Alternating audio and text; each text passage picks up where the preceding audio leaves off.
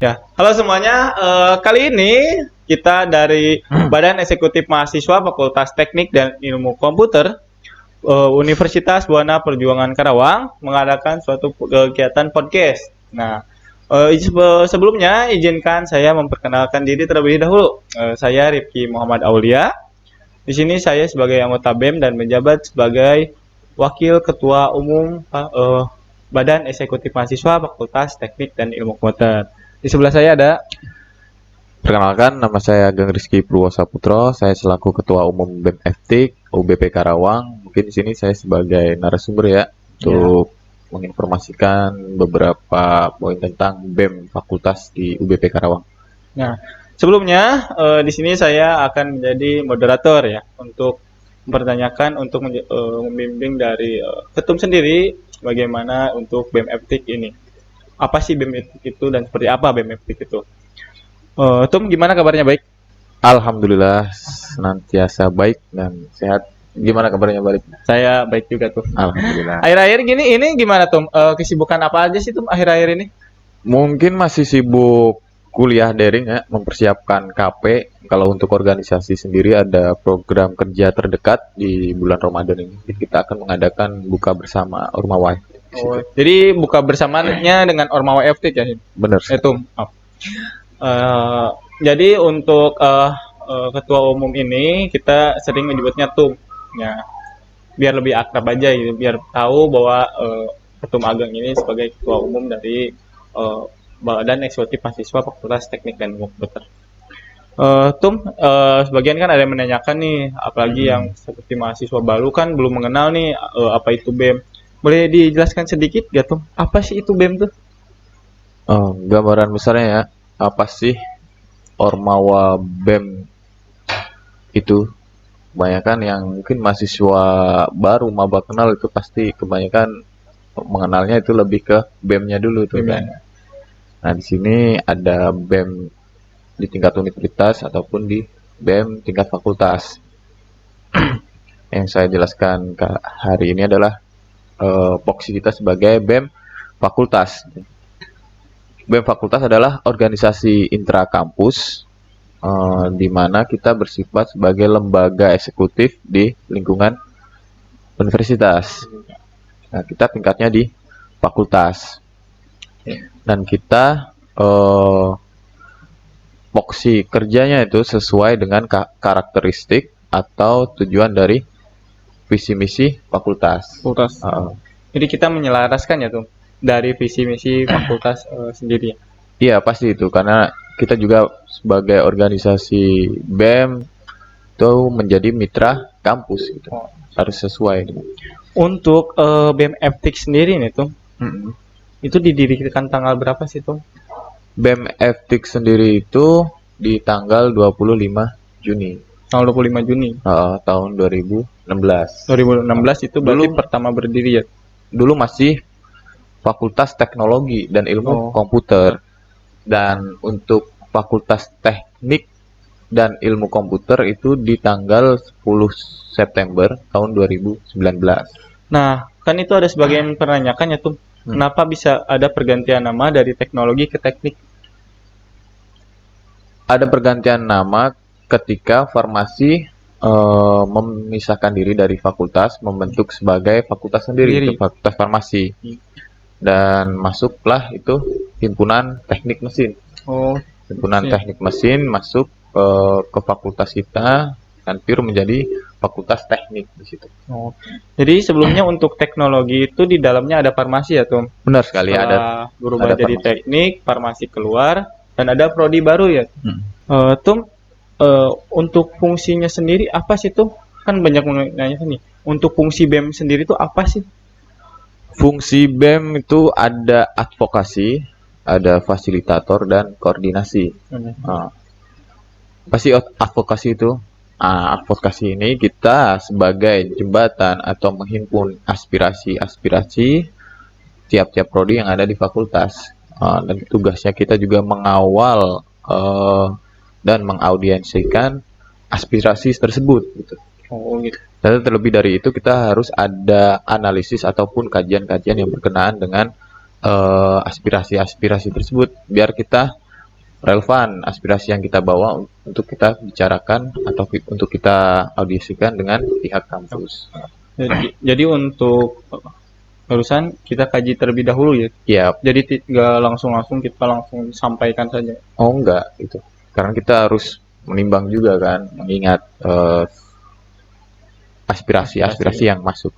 Kemudian sebagai fasilitator, kita juga menjadi jembatan kan fasilitas antara mahasiswa dengan pihak kampus. Kebutuhan-kebutuhan daripada mahasiswa ke fakultas itu apa aja sih? Kan? Mungkin berkenaan dengan kegiatan ataupun kebutuhan-kebutuhan tentang fasilitas, akademik dan sebagainya. Dan pihak kampus pun juga mempunyai hak untuk mendapatkan impact daripada mahasiswa ini atau organisasi ini gitu. Mungkin berkaitan dengan prestasi atau akreditasi. Kemudian ada namanya koordinasi. Kita setiap kegiatan ya harus berkoordinasi nih. Mengkoordinasikan seluruh kegiatan yang relevan untuk kita agendain atau kita laksanakan dengan pihak kampus. Karena kita sebagai mitra di situ kan. Kampusnya. Jadi sebagai fasilitator. Nah, itu adalah untuk fungsi-fungsi dari BEM sendiri. Nah, Tung, di BEM sendiri ini ada berapa departemen sih yang ada di dalam BEM Eptik sendiri? Di kepengurusan saya sekarang ada 7 departemen. Yang pertama ada Kespora, yang kedua ada Humas, yang ketiga ada kewirausahaan, yang keempat ada kelembagaan dan kemahasiswaan, yang kelima ada Kominfo, terus yang terakhir ada sosial. Nah, boleh dijelaskan ya tuh untuk sedikitnya mengenai departemen itu tuh perbedaannya apa sih dan apa aja sih di dalam departemen itu? Untuk perbedaannya jelas fokus daripada job desk departemen masing-masing ya. Ada tugas masing-masing ya tuh. Melaksanakan kegiatan-kegiatan di BEM fakultas. Yang pertama tentang Kespora. Nah, Kespora itu sebagai fasilitator atau wadah mahasiswa fakultas teknik untuk mengembangkan bakat entah itu di bidang akademik maupun non akademik. Nah, kita juga sebagai mitra kampus kita juga berusaha untuk memaksimalkan kemampuan daripada mahasiswa untuk mencapai sebuah prestasi. Nah, prestasi itu juga bermanfaat untuk si mahasiswa tersebut ataupun buat kampus. Yang kemudian ada sosial. Nah, kerja daripada sosial ini adalah melaksanakan kerja-kerja sosial kan, mungkin berkenaan dengan bantuan sosial ketika ada bencana alam atau kita mengkonsepkan sesuatu kegiatan yang bisa bermanfaat bagi masyarakat ataupun bagi mahasiswa gitu. Kemudian di sosial pun sempat seperti bina desa atau pengabdian masyarakat. Kemudian yang ketiga ada Kominfo. Nah, di Kominfo sendiri pun tidak hanya menginformasikan berkaitan dengan kegiatan-kegiatan Ormawa Eptik, tapi lebih dari itu dari BEM sendiri, Kominfo BEM sendiri memunculkan suatu gagasan bahwa kita Kominfo ini harus juga mengangkat isu-isu yang ada entah itu di intrakampus ataupun di ekstra di lingkungan di masyarakat gitu. Kemudian yang ketiga ada Humas. Nah, Humas itu apa? Itu ada sebuah departemen sebagai jembatan kita untuk berkomunikasi dengan pihak intra ataupun ekstra. Kemudian yang kelima adalah kelembagaan dan kemahasiswaan. Kelembagaan dan kemahasiswaan adalah sebagai departemen untuk regenerasi, untuk menyiapkan kaderisasi buat pengurusan kita, mengupgrade kemampuan daripada pengurus kita sebagai controlling keaktifan anggota kita dan menyiapkan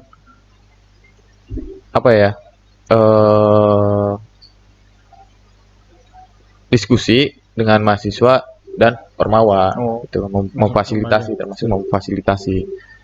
Kemudian ada kelembagaan kerohanian. Kerohanian adalah menghimpun kegiatan-kegiatan yang bersifat kerohanian di fakultas kita. Iya. Mungkin ada kegiatan hari besar, raya agama atau yang lain. Kemudian yang terakhir ada kewirausahaan. Kewirausahaan. Pentingnya kewirausahaan adalah bahwa kita organisasi membutuhkan itu namanya budgeting kan Budgeting, ya. Nah, Suatu organisasi membutuhkan budgeting tentunya iya itu. betul sekali. Apalagi di kampus kita IDK pun belum jelas. Kita mengajukan dana pun itu lewat proposal, dan ya. pengajuannya pun tidak sesuai dengan jumlah yang kita tulis di dalam proposal. Jadi untuk suatu kegiatan kita untuk mendapatkan dana kita harus mengajukan proposal terlebih Iya dahulu. betul sekali. Maka dari itu dari organisasi kita harus ada keuris untuk menutupi finansial atau budgeting dari ormawa kita untuk melaksanakan kegiatan-kegiatan organisasi. Nah, barusan sudah dijelaskan mengenai departemen-departemen yang ada di BEM sendiri. Sebelum kita tutup ya, saya ingin dengar beberapa kalimat dari ketum sendiri, tentunya untuk mahasiswa Eptik ya tentunya. Dan yang belum mengetahui seperti mahasiswa baru yang belum mengetahui siapa sih pimpinan dari BEM Eptik sendiri, ada yang ingin disampaikan mungkin Tum untuk mahasiswa Eptik sendiri? Untuk mahasiswa baru, menjadilah mahasiswa yang skeptis, mahasiswa yang rasa ingin tahunya tinggi. Mungkin yang untuk masuk organisasi, mulailah kalian mengikuti kegiatan yang bersifatnya kaderisasi. Mungkin di himpunan ada kan, perhimpunan ada itu kegiatan-kegiatan untuk kaderisasi. Mungkin langkah awal kalian untuk masuk ke ranah organisasi, lewatlah ke rumah kalian masing-masing, ke himpunan kalian masing-masing, per prodi. Nah, di situ kalian bakal dibantu atau diajarkan tentang fundamental organisasi atau topologi kepemimpinan. Nah, itu sebagai bahan kalian untuk menjadi seorang organisator. Nah, untuk menjadi seorang organisator, kalian juga harus suka membaca itu. Ya, membaca dan diskusikan. Pokoknya usahakan menjadi orang yang rasa ingin tahunya tinggi. Jadi mahasiswa yang skeptis gitu. Nanti terapkan apa yang kalian dapatkan dalam organisasi, karena organisasi itu sangat penting buat kita. Karena di dalam organisasi kita dalam kuliah udah diajarkan hard skill-nya ya di bidang akademik. Tapi kita membutuhkan itu namanya soft skill. Itu lebih penting ya, menurut saya lebih penting soft skill kita di dunia kerja, karena yang kita lakukan di organisasi adalah sebagai representasi kita nanti di dunia kerja, termasuk organisasi kan. Di situ kita akan diajarkan bagaimana kita public speaking kan ya, manajemen konflik atau problem solving, itu ada di organisasi. Nah, ketika kita udah terbiasa dengan hal tersebut, mungkin yang kita nanti menjadi setelah lulus kuliah dengan soft skill yang udah kita terima, insya Allah kita akan menjadi orang-orang yang berkarakter di masyarakat gitu. Ada satu pesan, mungkin bukan dari kata-kata saya ya, hanya dari Jalaluddin Rumi. Saya pintar hari ini maka akan kuubah dunia, tapi saya bijaksana maka akan kuubah diriku sendiri. Sangat menarik sekali ya untuk kata-katanya ya. Baik, untuk Suara Eptik kali ini cukup sekian. Sampai jumpa di Suara Eptik selanjutnya. Yuk. Eptik, jaya!